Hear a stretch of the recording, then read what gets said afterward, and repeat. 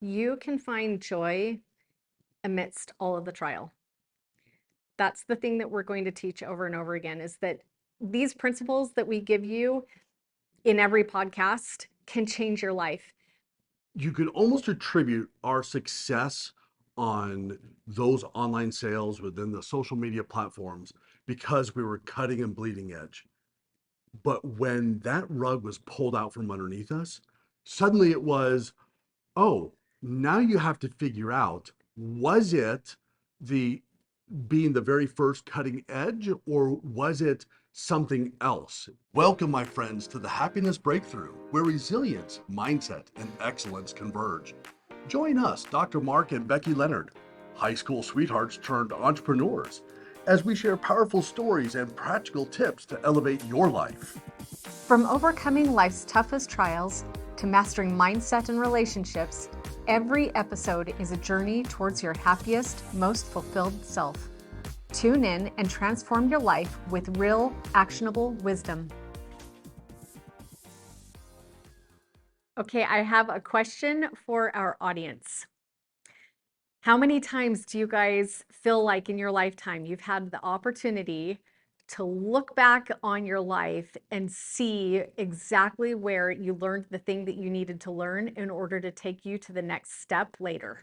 Yes, I used to wear this really bright purple jacket with lime green, and I found it was not a very attractive. In the 80s, it was an attractive look, Hey, but wasn't that the jacket that I stole from you and wore all the time?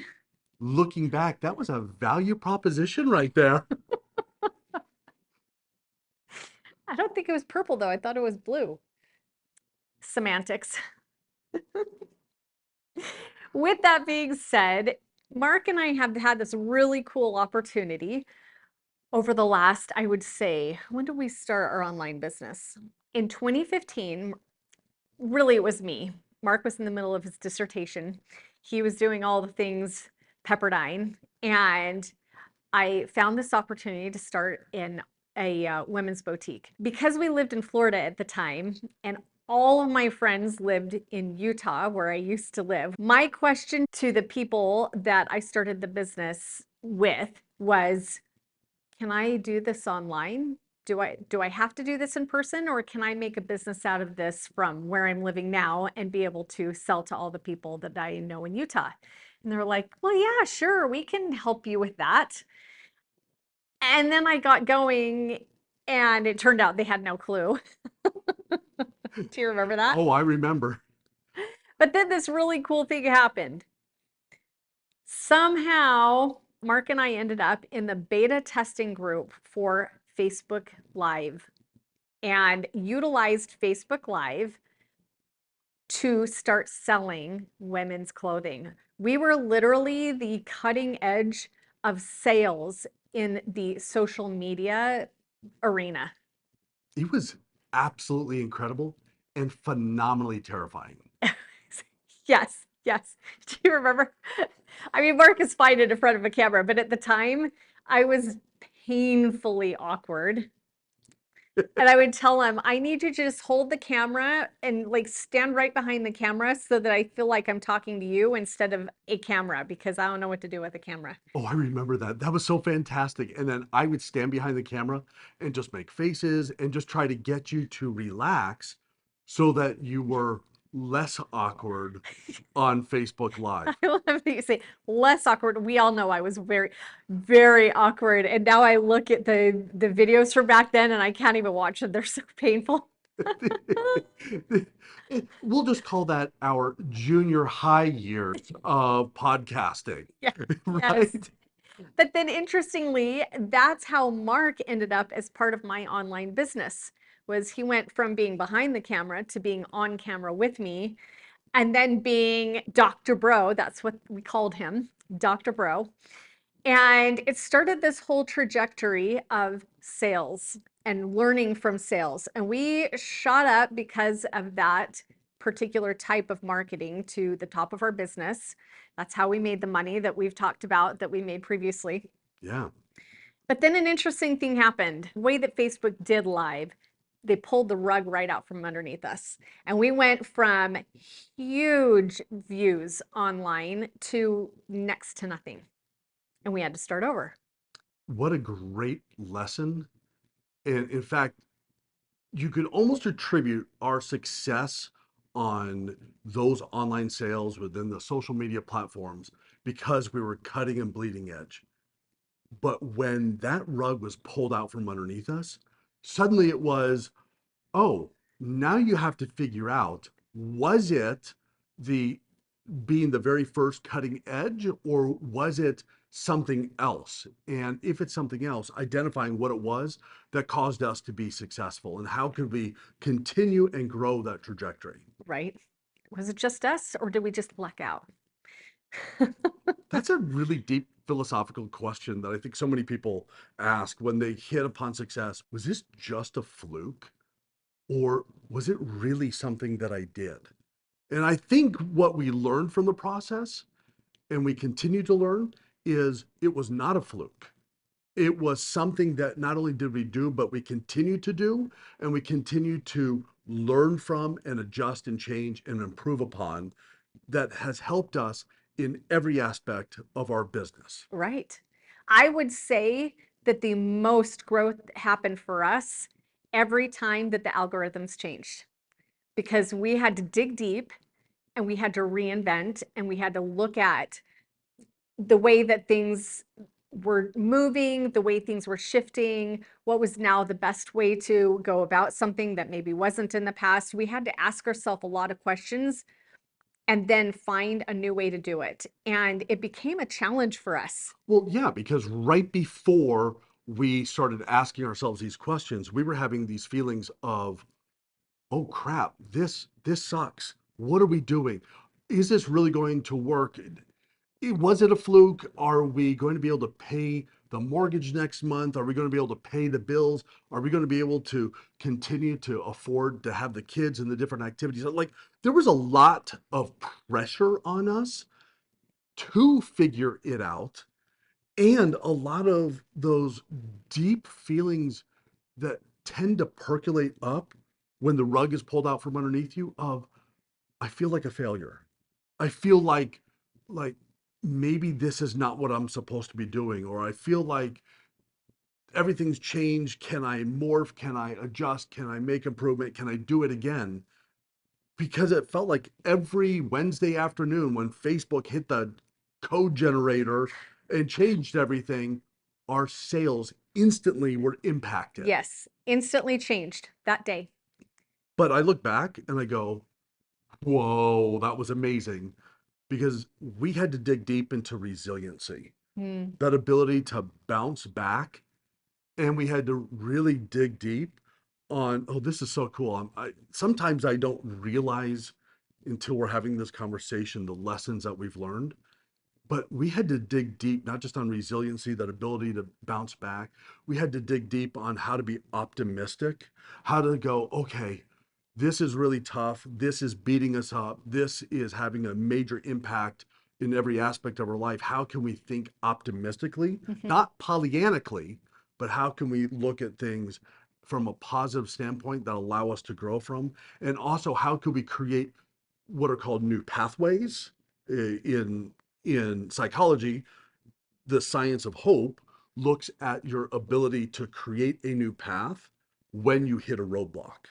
Yeah. And also, how can we remain efficacious, or a word that probably more people use is courageous? How can we remain really dialed into this idea of, can I be effective? Can I learn from this, right? From the optimism, from that hope side of things, from the resiliency, bouncing back. But can I also go, what's it going to take for me to be more courageous to try it again?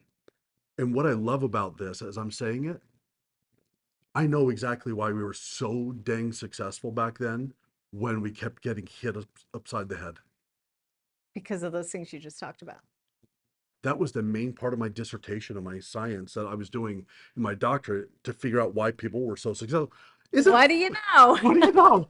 I didn't even put that together until right now. The very reason why we were so successful when everything hit the fan is because we were using those skill sets and the psych cap or the psychological capital, looking at how we can constantly improve and not allowing ourselves to hit a wall and sit, but hit a wall and go, over, under, through, around, right? We had to look at the different pathways, a different way to get to the same goal. Yeah.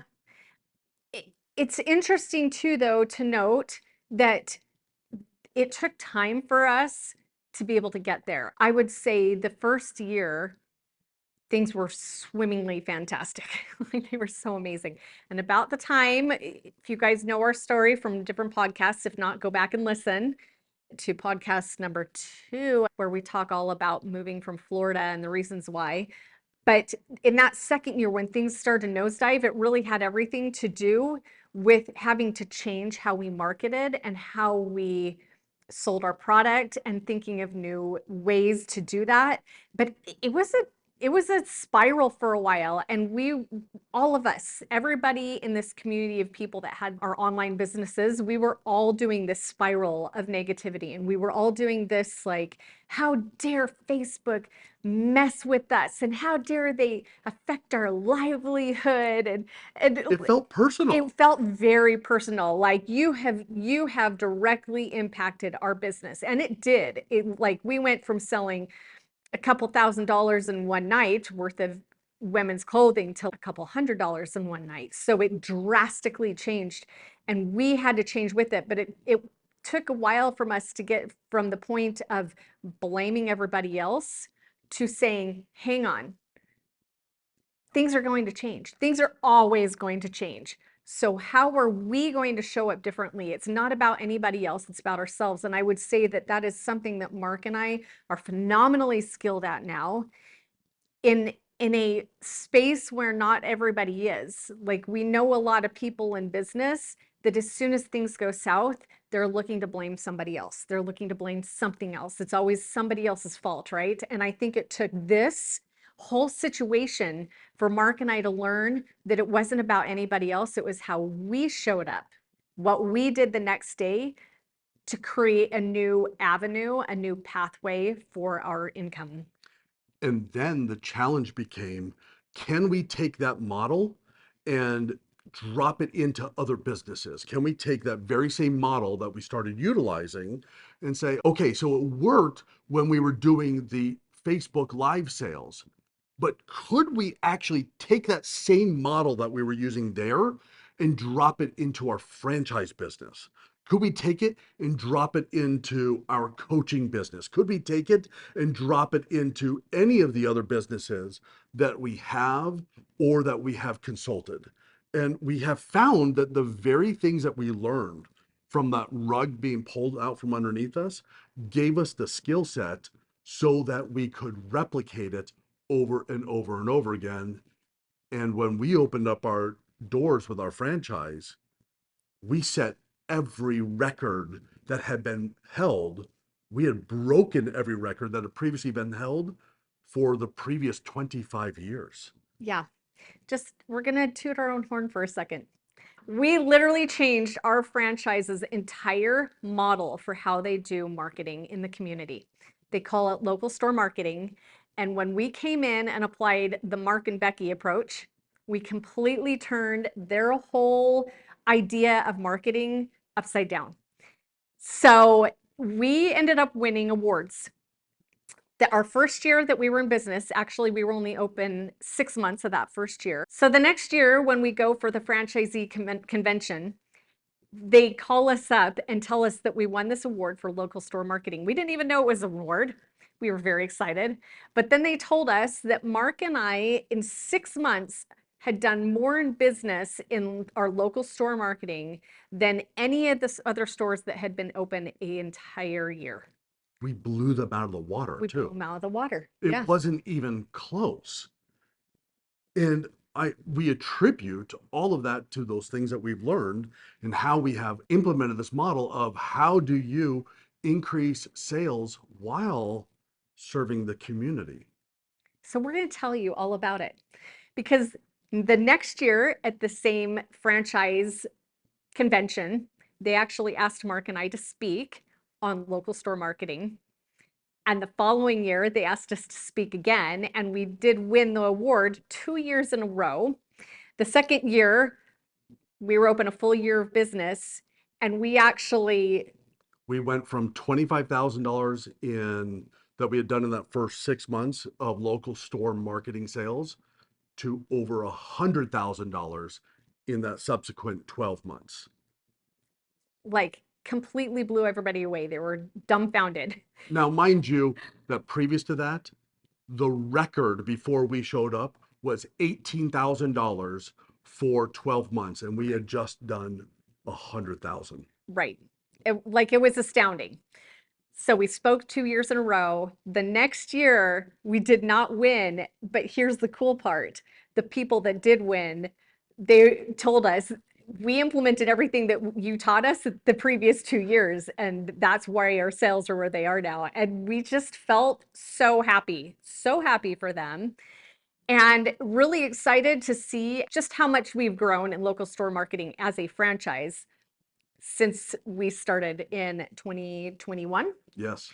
So we're going to give you our top tips on how you can be successful in whatever business it is. So here we go. What's tip Okay. number one? So, tip or tool number one for how to really blow up your marketing. And by the way, again, this will work. It doesn't matter if it's online sales, if it's high ticket sales, it doesn't matter if it is selling desserts like our franchise model, or if it's real estate. The very first thing that you need to do is Give things away for free. it is so crazy what happens when for marketing, you know how everyone likes to hang up a flyer on your front door or you open up your mail and what is the very first thing that you throw away? A pack of coupons.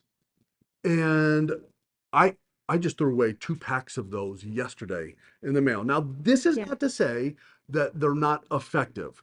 We just right. find for our model, it is less effective. I hope that's a nice way of saying we've chosen a different style of marketing. And when I sat down with some marketers, they were asking us and they're trying to sell us their platform that we could utilize. I actually told them if I do not get at least 1,000% ROI, I'm not interested. And they laughed at me and they said, "Are you kidding me? Great marketing gets 130 to 180% ROI. That means for every dollar you spend in marketing, you'll make $1.30." I said, "Well, why would you shoot so low? Why would you shoot so low? How about you do it differently?"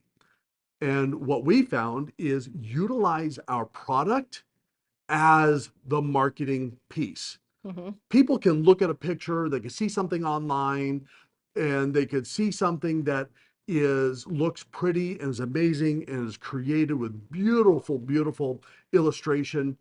However, until they actually experience it, they don't really know what the value is for that marketing. So for us with a dessert shop, it makes it really easy because who doesn't love desserts? Most people do. Who doesn't love free ice cream? Who doesn't love free ice cream, right? So we'll bring free ice cream out to the community. That's how you lead out. And it always makes people happy. And if you truly believe in your product, then somebody experiencing it for themselves will literally, they will become your mouthpiece. They will love it and they will become your mouthpiece. That's how that works. And we did this with our online boutique. We gave away free clothing all the time. It's cheap marketing, and the reason why is you when you are in sales, you are trying to buy something at a discount and sell it for a premium, whatever that looks like. Mhm. You know, you want to buy a widget for $2 and sell it for 4 or 6 or $8, whatever that is. And by the way, with our coaching, we do it by offering free products. We have downloads. We have free coaching sessions on occasion that we give out. Mhm. We have our podcast. We have free courses. We have things that we give away so that people can experience it. But what if they're in something like real estate? You can't give away someone else's house. So how could you do it there? Any thoughts? I think it comes down to service. I completely agree with you. Way to go, babe. It comes down to service. So when you show up, you want them to know you as an individual, not as whoever you work for. You could work for ABC Realty, or they could hire Mark and Becky, a team that is absolutely infused in knowing everything about your life so that we can figure out what your true dreams are and help you accomplish them. We have a whole pocket full of resources that we bring to the table. We're not in real estate. So No, this is so please don't take this as we're selling you real estate, because neither one of us are real estate agents. However, when you show up to talk with someone, give them a spread of exactly what their marketing plan will look like. This is what I'm going to do. This is what it will look like. I want you to see what the pictures will look like online. I've created a private channel for you to see that video. Here are the brochures. I want you to feel the paper because it's going to be different. It's not going to be the cheap paper that everyone else uses. right, Cheap sales use cheap products. right. I think we were really inspired by this with the book The Go-Giver. Do you remember who the author is on that? Bob Berg. Just the most phenomenal book. Read it years and years ago, and it really just aligned with everything Mark and I are. And something they talk about is the importance of giving extra value in everything you do. So, like Mark said, if you're selling a house, you can't necessarily give them free product, but what can you give them? It's all about how you can give more value than maybe the person next to you, like Mark said, with different videos or the way that you're going to take care of them, how you meet with them, how you connect with them. And so value is crucial. We even say that in our ice cream shop. We taught our employees a couple years ago all about the Go Giver. We actually had our manager read it. And then our manager and Mark and I all sat down together and strategized on how we could implement all the things that we had learned in the Go Giver. One of them was to give more value than you receive in payment.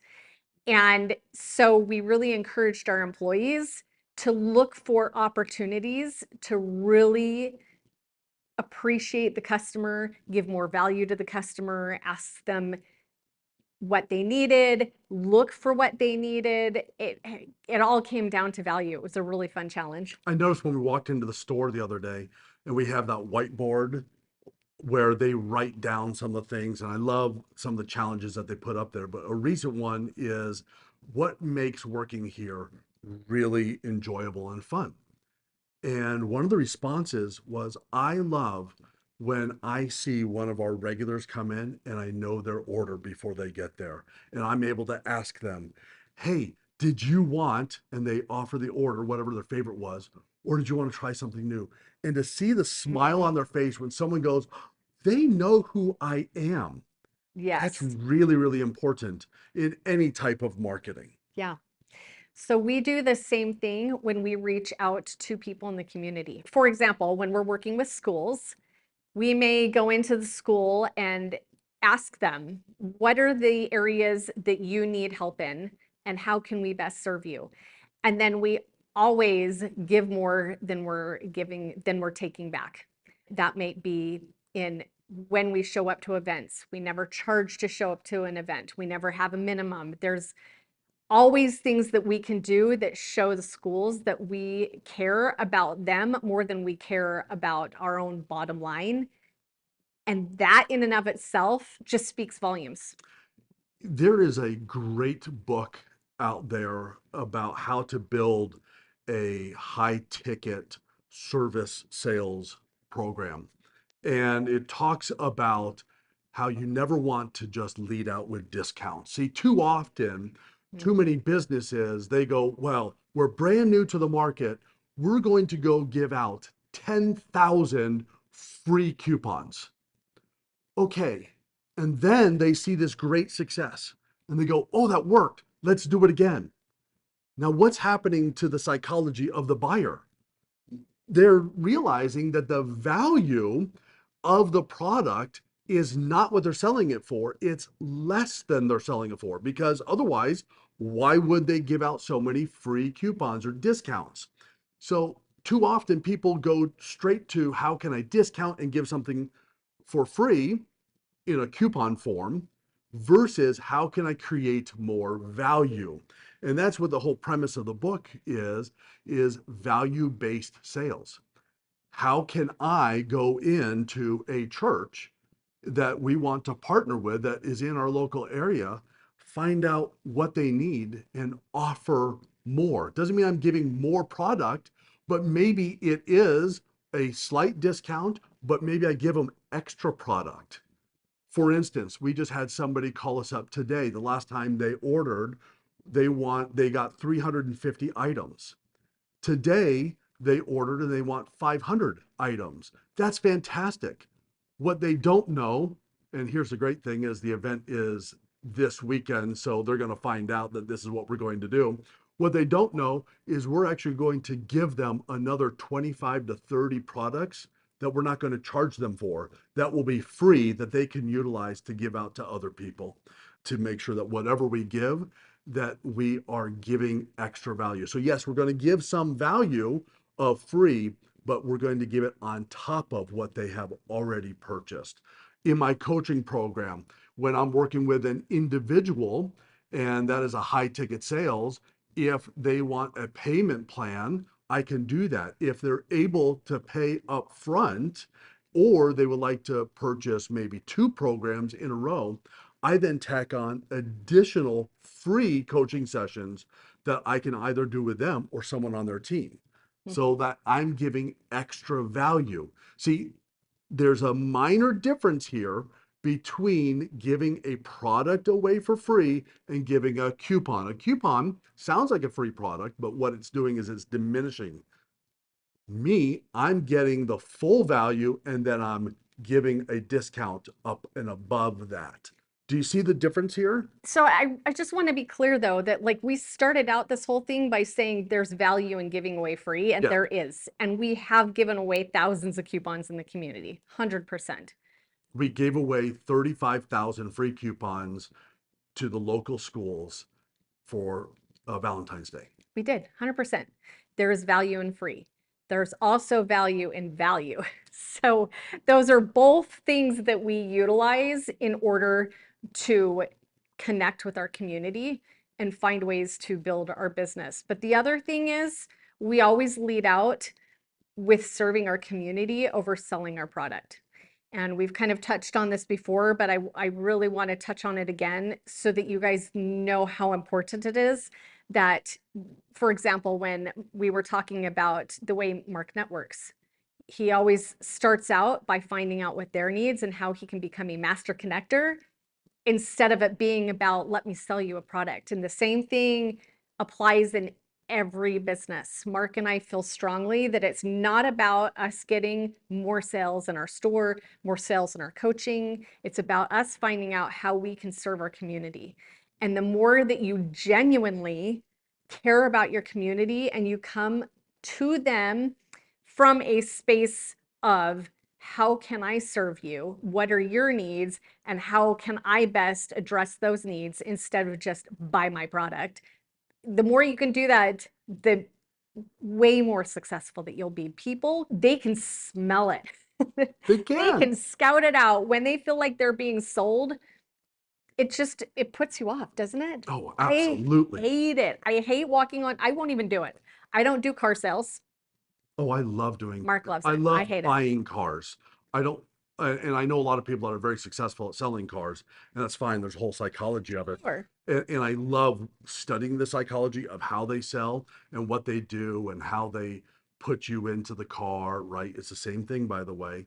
If you're giving out a free ice cream or they're getting you to sit in the car, there is some similarity here. Sure. But I love walking in and seeing when someone is doing it and it feels so disingenuous. Yes.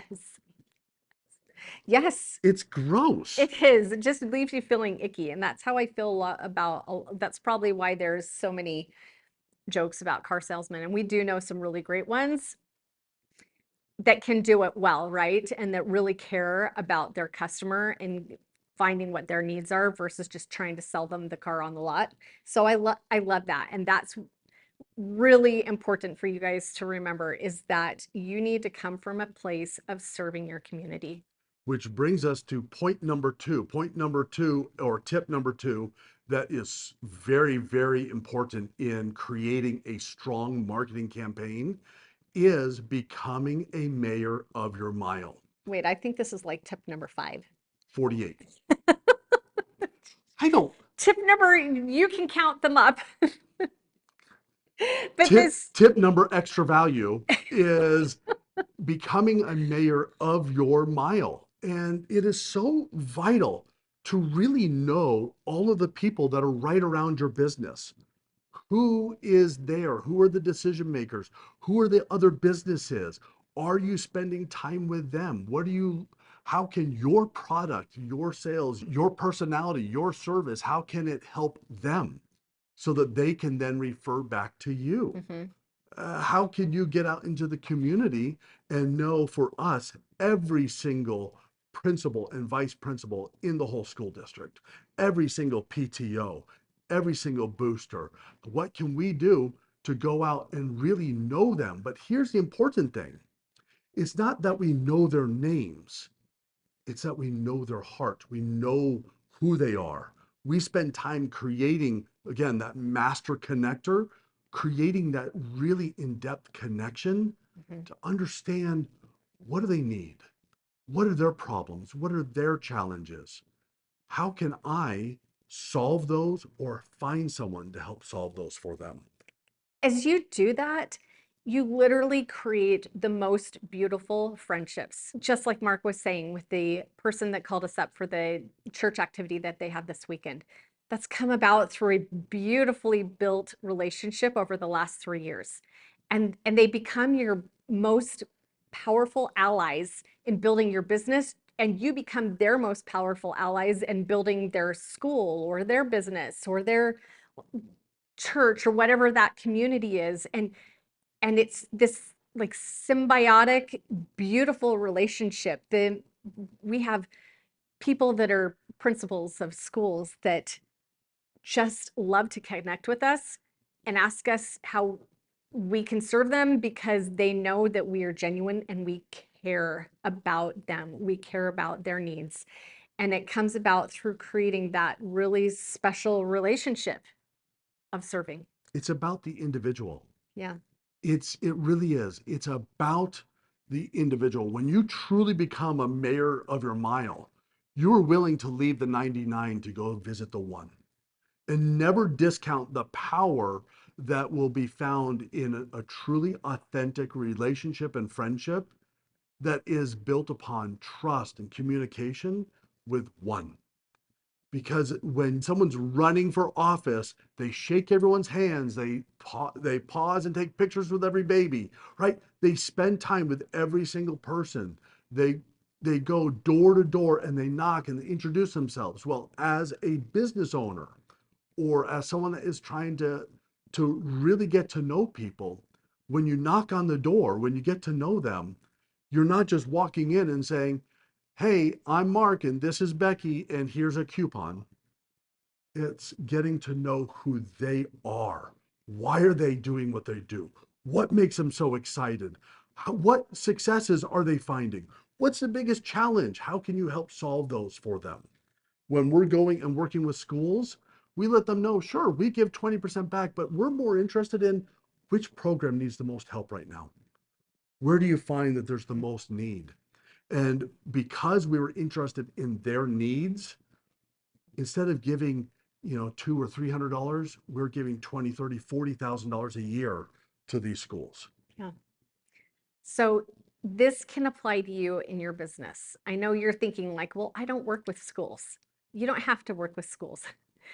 But like we said, you can be a realtor, you can do nails, you can have a shake shop, you can, whatever it is, start brainstorming about who your people are and how you can best connect with them. Mark and I joined the chamber not because we thought that we'd be getting massive business from the chamber, but we joined it because It was our way of connecting with our community and finding out who all the people were and how we could be friends with them and how we could serve them. And the more we did that, the more business came back to us in ways that we never expected. We have had the most incredible experiences with business that came out of something that seemed so innocuous, Oh, right? yes. There's a long-term, I'm going to say vending. It's where we go to a certain place and we sell every week, a couple times a week. That came from creating a relationship with somebody a year previous. And we didn't know that she knew somebody that ended up referring us. She referred us to that somebody that got us into this long-term vending thing that's been such a blessing to our business. But it didn't come about from us trying to sell her product. It came about from us creating a relationship with her. And and then she became our greatest supporter. And it just has happened over and over and over again. The more genuine you are, the more you care about people, the more you do the right thing. I like to say this all the time. You can win and be good. You don't have to be cutthroat. And sometimes in business, I don't know if you guys have experienced this, but sometimes that happens that people think that they've got to like one up you or cutthroat you or like get around the rules or something in order to win at the game. We can all win at the game just by being genuine and honest and caring about people. So Absolutely. So hopefully you picked up on some valuable tips here that will really help you in your business, whatever it may be. Doesn't have to be food, it doesn't have to be clothing, it doesn't have to be real estate or cars. It can be anything. Everything you do is about creating that relationship with other people, a relationship with an intent to serve, a relationship with an intent to help take away some of their worries. And when you do all of those things, and you do it because your heart is pure with a desire to serve other people, they will end up serving and helping you. But my challenge to you is not to go into this with, I'm going to serve them because I will be blessed. Everyone can sniff that out. Instead, I'm going to serve them because they are a person of value. They are a son or a daughter of a heavenly father who loves them. If you look at every single person you come and meet with that lens, that they are one of God's children, you will be more effective because you are going to be there truly to take care of them. That is the essence of servant leadership. And I would say that is the very essence of what we do. And the secret to our sales process is serve people, not with an expectation of getting something back. Also, we don't say no. We say no to certain things, meaning everyone wants us to give them money. They're always calling up on the daily. Can you write us a check for this? Can you give us money for that? We look at those as opportunities to, well, let's build up a relationship. What can we do to help you that will be mutually beneficial? I always like to start out by saying, I cannot write you a check. I wish that I just had all the money, but I don't. But how can we partner together for me to be able to best support you and still have this be something that works for both of us? And when you come at it from that lens, instead of just saying no, find alternatives, right? I always like to give them alternatives. Well, I can't write you a check, but what if we did this, this, or this? And I find that that helps open up a conversation for what their needs are and how you can best serve them. And by the way, it opens up future possibilities. We've had more events that were small that we thought, wow, you know those events where you've taken all day, you set up, it's hot or it's cold, it's miserable of some station, you'd rather be somewhere else, and you sell two people, and you're going, what has just happened? Did I just waste my whole day? But one of those then tells a friend who books a wedding. One of those tells a friend, or they have an event at their school. You never know. And so always treat the other person like they have the ability to change your business because they do. Treat them as if they're the most important person on the face of the earth Mhm. because they are. They're the ones in front of you at that very moment. Talk with them, get to know them, utilize those promptings that you'll have in your heart and your mind of what questions to ask. And it's a learned skill, but it's It is. beneficial. It is. And if you're not there yet, I remember the first time we read the Go Giver book, and not all these principles are just from the Go Giver. I think there's a couple of different things that we've utilized over the years that we've learned from. But anyway, I remember when we first read that book, we were just in a desperate place where we needed the sales. And it was really hard to be like, well, how am I supposed to genuinely just come at this from a servant place when I need the money? It takes time. Be patient with yourself. But the more you do it, the more you'll find, like Mark said, this is a learned skill.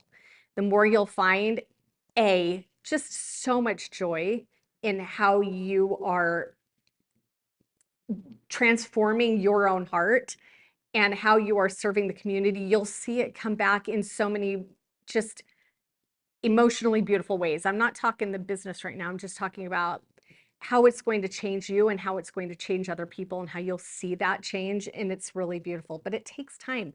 So be patient with yourself, but maybe lead out with those other things while you're working on the genuinely serving people. But it And works and it'll come. and if you're one of those that's sitting back saying, yeah, but Mark, I don't know how to have that conversation, or I don't even know the skills that I need to have, or I don't have the time. I've got courses coming out. I have one coming out that I was working on today that I'm just so excited about. That is all about how do you create that life of excellence and understand the values that you need to bring to the table and be able to work on those so that you can make the biggest change in your year. I cannot wait for those to come out. So excited about that. But in the meantime, listen to these podcasts, listen to the things that we're sharing with you that we found to be effective, that we have tried, that have been true, that we've been able to replicate in our business, in other businesses, in our clients, that when we go and meet with them or when we coach with them. These are the very things that they are implementing. I remember when I was helping that client, that CEO who was working to go from that 10 million to 20 million dollars a year in sales for his whole company. And when we started working on reformulating how he is approaching serving his leadership team, it changed everything. And within a year and a half, he had grown that much. Why? Because he created those relationships with his executive team to make those big changes. The very things that we're talking about are the things that you could utilize there and you could utilize with whatever business that you have. We are so excited that you're spending this time with us. Thank you to each of you, truly, from the bottom of our heart. It touches us when we get those phone calls like the one that we got today, who, you know, I was talking with him and he said, "Oh, I just listened to your podcast. It was so good. Thank you." And I said, "You listen to my podcast? I had no idea." You put it out there into the world and then you kind of just like, Yeah. sometimes you don't see that coming, even though people are listening. So thank you. I Thank you for listening. I was at the gym the other day and someone else walked up to me. They said, "Mark, I loved what you talked about in that podcast where you and your wife had to make that decision to move across the country." He said, "Boy, I really relate to that." And it's fun to see these people who are hearing this and also they're utilizing this to make changes in their life. So please, we would love for you to share. We would love for this to be a message of hope. Because if there's one thing that we want to really press upon your minds and press upon your hearts is that we are here to serve you. You can find joy amidst all of the trial. That's the thing that we're going to teach over and over again is that these principles that we give you in every podcast can change your life. However, it's not going to take away your hardship. It just doesn't work like that, right? God doesn't even say that he works like that. The scriptures tell us that he says, I'm going to lift you up so that you can bear your burdens. And I feel like that's where Mark and I are coming from right now, is a place where we're going to give you principles that will help ease your burdens if you apply them. And we hope you do. Yeah, we really do. We would love to hear from you. Reach out to us, connect with us on social media, wherever you're listening to this.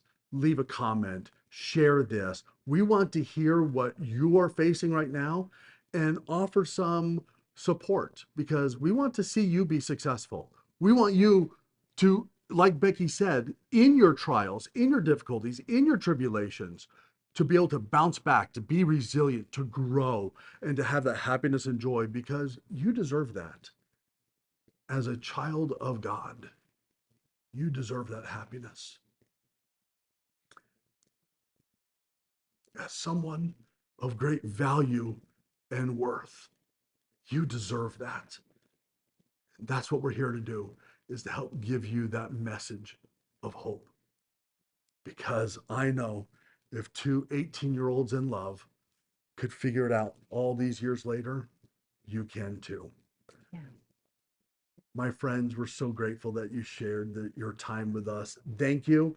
And we have some amazing courses coming up. We have some amazing podcast topics coming up that we cannot wait to share with you. But till then, thank you and go experience your happiness breakthrough.